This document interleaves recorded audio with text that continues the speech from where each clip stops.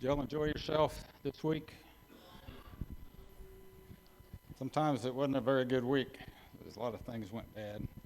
I know I went out into the lobby this week uh, just to see if my client was there yet. And there was this little girl. I have an office inside of the Creoaks building, great big one. And they have a lot of children coming in there, and there was this little girl, not any bigger than that. And she's right at the counters right here, and she was going through stickers. They have a little jar up there with stickers in them for the kids. And so I was looking at her. She had really, really pretty hair, pretty little girl. And right here, she had a scar, a big, big scar right here that kind of went through her eye. And this was the only eye that was working. And I looked at her and I said, "Oh, are you the sticker girl?" And she looks over, and just as calm as can be, she picks a sticker up and brings it over to me and hands it to me. And I said, "Well, thank you." And then she came up and gave me a big hug. Didn't know me from anybody. She was there because her foster parent had brought her and her brother in. And her brother had something else wrong with him that was not good either. But I put her sticker right here. And I've been wearing that, dude, since. And I thought, this can be a horribly cruel world. Horribly cruel world. Sometimes. And I think there's a lot of good in the world. There's a lot of peace in the world. But I think some things, they just aren't right, and they shouldn't be this way. I don't think they started off this way, but they ended up that way. It's too bad. Anyway, last week we started on a series, Anxiety for Peace.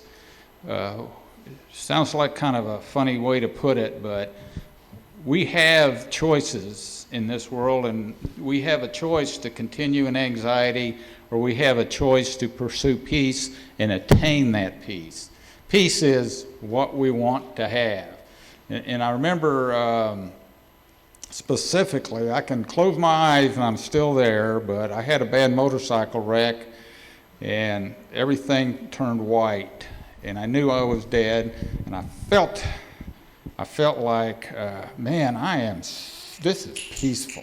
I had never enjoyed any moment more in my life, but I was totally at peace, and everything was white like milk, milky white. It wasn't like a bright light coming down, and I said, wow, this is great. I guess there's a tunnel here somewhere.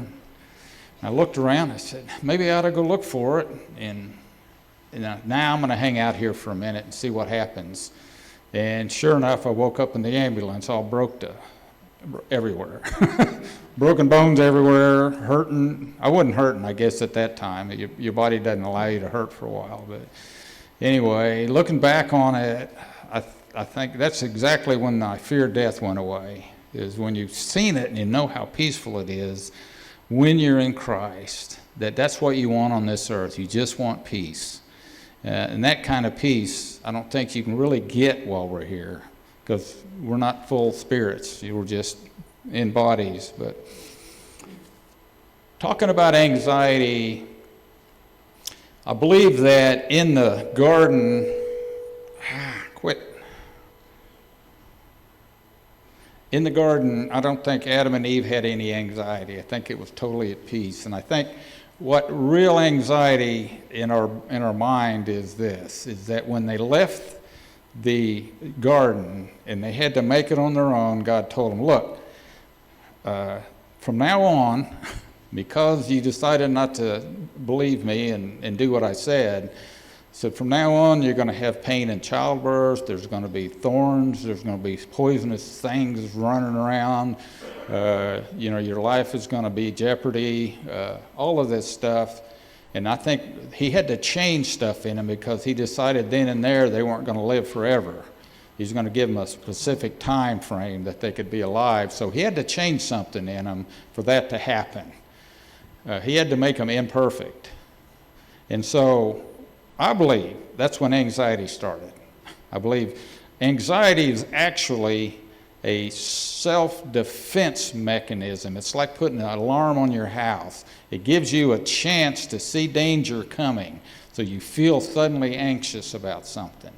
So it really was meant to be something that God gave them to help keep them alive. So anxiety, I don't think is a horribly bad thing. I think what happens is we get into a habit of being anxious, and then we stay that way. And there's ways that we can get unanxious in that way. We still want to be able to remain on our guard and have our brains recognize things that are going wrong, but we don't want to walk around with it, Don't walk around with fear and what have you. In our park, anxiety is kind of like a theme park. That's our life, basically, but it's a state of being. We are always going to have anxiety and depression, both. We're going to have them. They both serve a purpose, a special purpose in our life. With depression, it's helping us get through losses, helping us overcome things that we need to overcome. It slows our brain down. It makes us stay in place, not move around a lot, and contemplate what's just happened. So with anxiety, I know it's a state of being. My son-in-law, my oldest daughter's husband, he was a Navy SEAL. He went into the training, went all the way through it. Great big guy. And right at the end of it, he broke his leg. And they had to kick him out. They had to drop him from the program, which they do naturally. They drop most of the people that go through training because most of them don't make it. It's really hard. More people die in the training than they do out in the field once they become a Navy SEAL.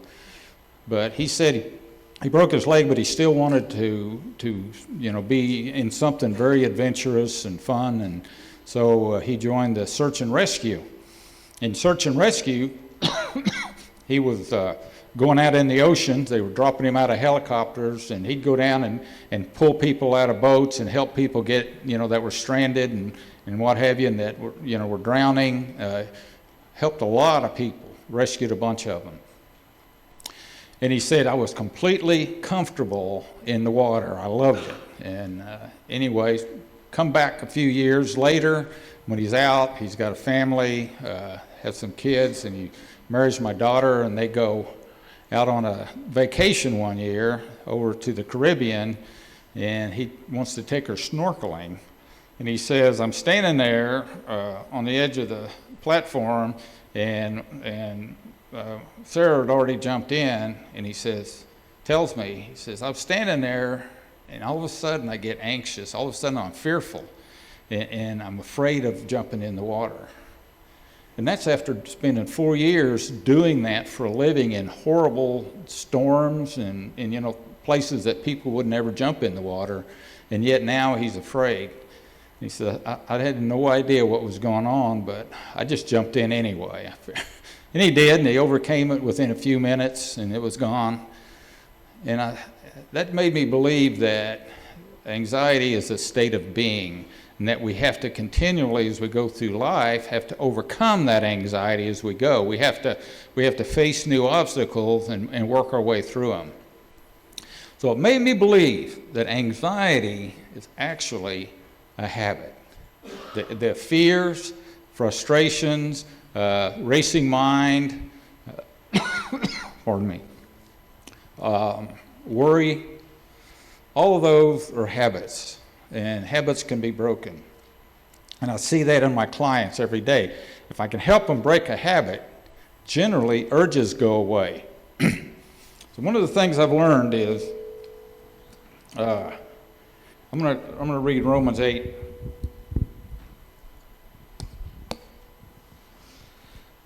Those who live according to the sinful nature have their minds set on what the nature desires. Why is that? It becomes a habit. But those who live in accordance with the Spirit have their minds on what the Spirit desires. The minds controlled by the Spirit are life and peace. How do we get peace? We have to keep our minds on the Spirit. How do we do that? We have to overcome the things that keep our mind on the flesh. Now, I got my little buddies here. Okay, so if you look at this, this is the spirit man. This is the person in you, that spirit. And God has changed, brought alive, and is a fun person. This is the flesh, sinful nature. This is sinful nature. It's still us. It's still who we are. We're both of them. We have that in us. If we hadn't had Jesus, this is who we'd be. This is who they were before he came along. When God decided to take out the world and flooded it, everybody was like this. They were only following whatever they wanted to do. But when God came along and put the heart of his self in him, put his spirit in us, then all of a sudden we're changed and we have two of us. And we can follow which one we want to follow. The interesting thing is, this is how we generally go back to when we're not paying attention. So, I believe that habits are what allows us to have urges to do what we shouldn't do. I've seen that work in therapy a lot, is I address the habit.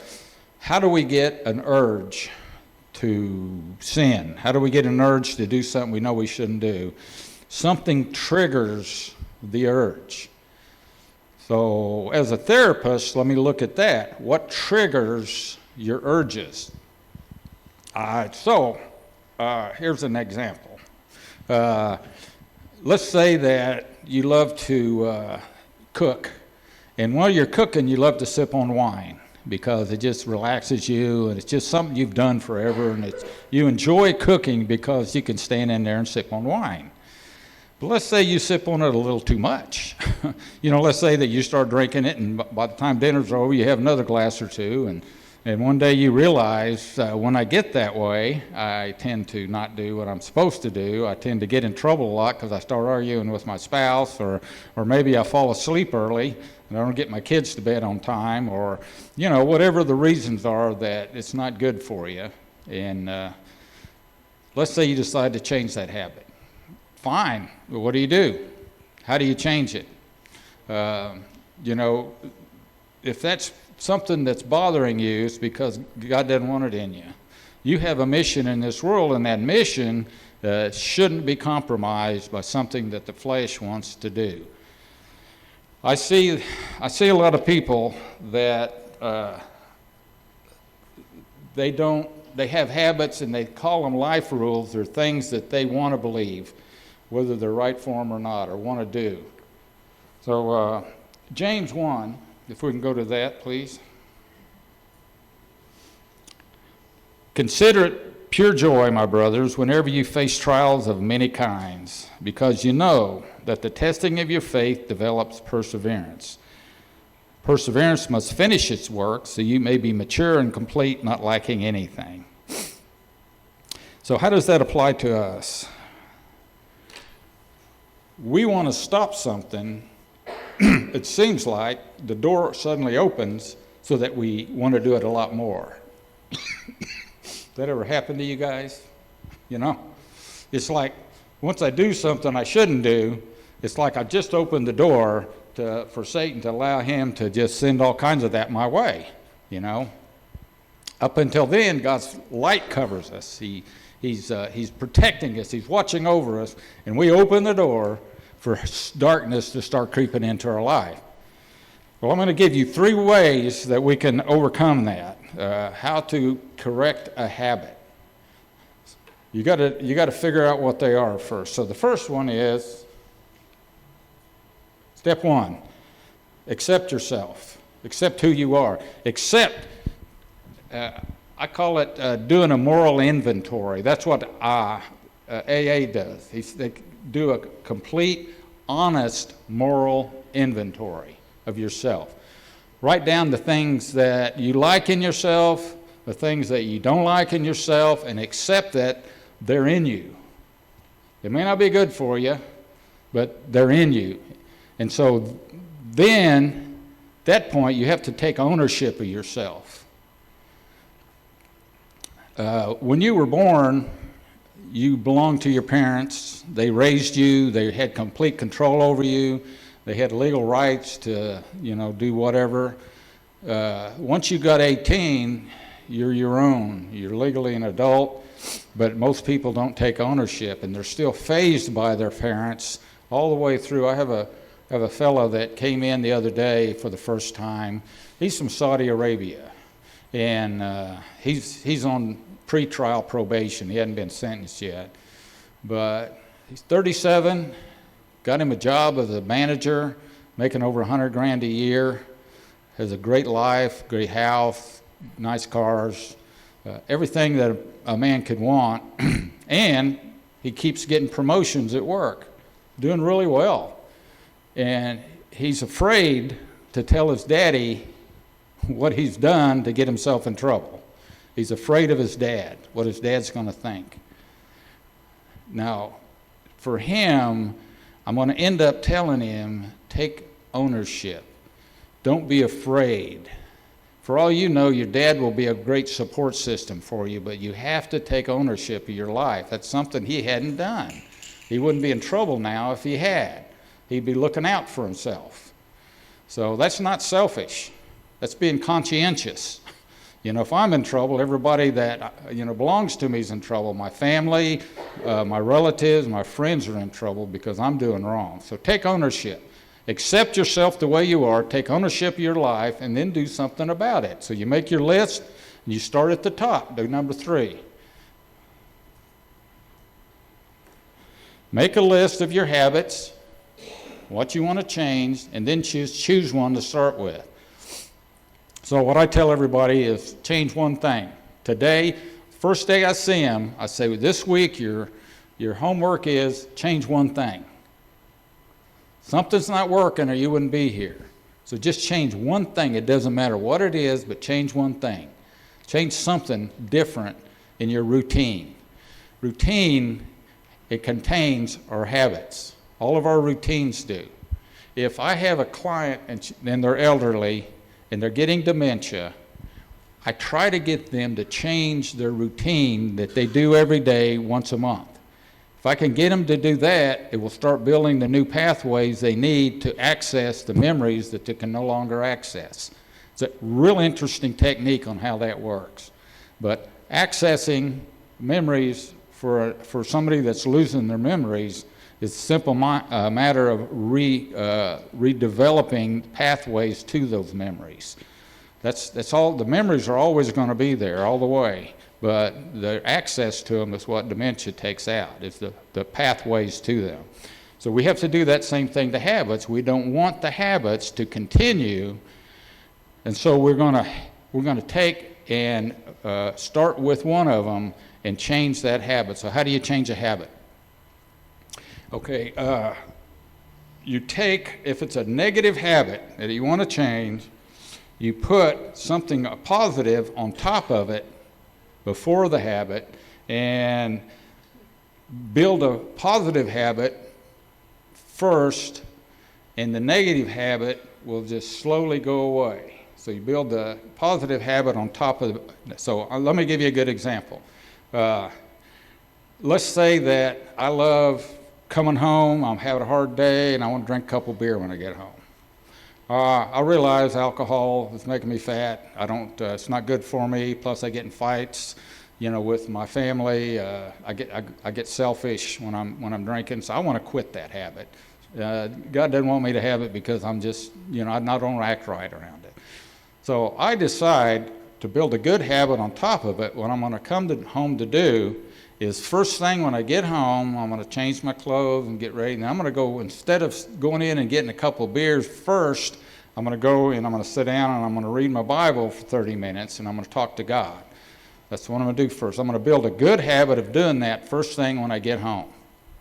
Then, if I desire, I'll go drink my beer. And that, for some reason, that usually doesn't happen. The second one usually doesn't happen.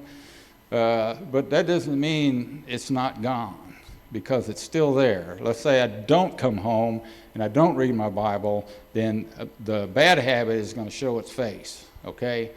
So I have to do that. To build a good habit, it takes 30 days minimum. You got to do it for 30 days. So 30 days, and days I don't want to, there's days I don't have time, whatever, you do it anyway.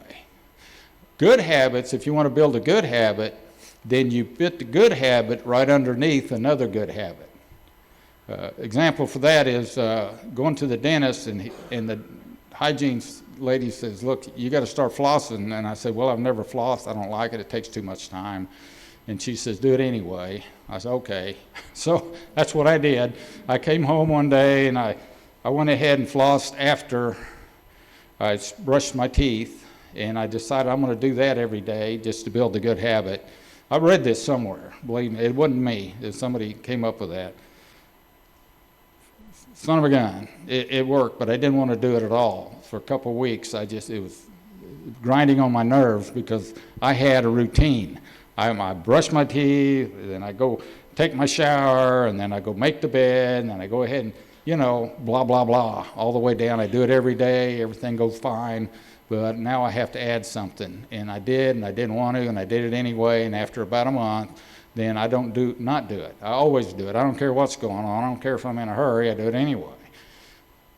That's how you build a good habit. The bad habit, you build a good habit on top of it, and it'll generally replace the bad habit, almost always. So when you get an urge, all you have to do, if it's something you do wrong, let's say, I like to smoke meth. That's what I do on the weekend. So I'm going to smoke meth. How do you kill the urge? It works for anything. To kill the urge, you got to get your mind off it for 2 minutes. 2 minutes. If you get your mind off for 2 minutes, the urge is going to go away. That's as long as dopamine can sit in your brain. 2 minutes. That's why when you in AA, NA, you get an urge to use, you call your sponsor. That's his main job, is to talk to you for 2 minutes. That's all he has to do. The urge goes away. Now, it may come back in 30 minutes, then you do it again. You keep staying it off your mind. You do that for a couple months, believe it or not, the urge to meth, it pretty well goes away. It takes a little bit to get through the habit, the chemical habit of it, but you can kill a habit in 30 days by keeping your mind off it for 2 minutes, whatever you have to do that. So anyway, we know that we're all creatures of habit.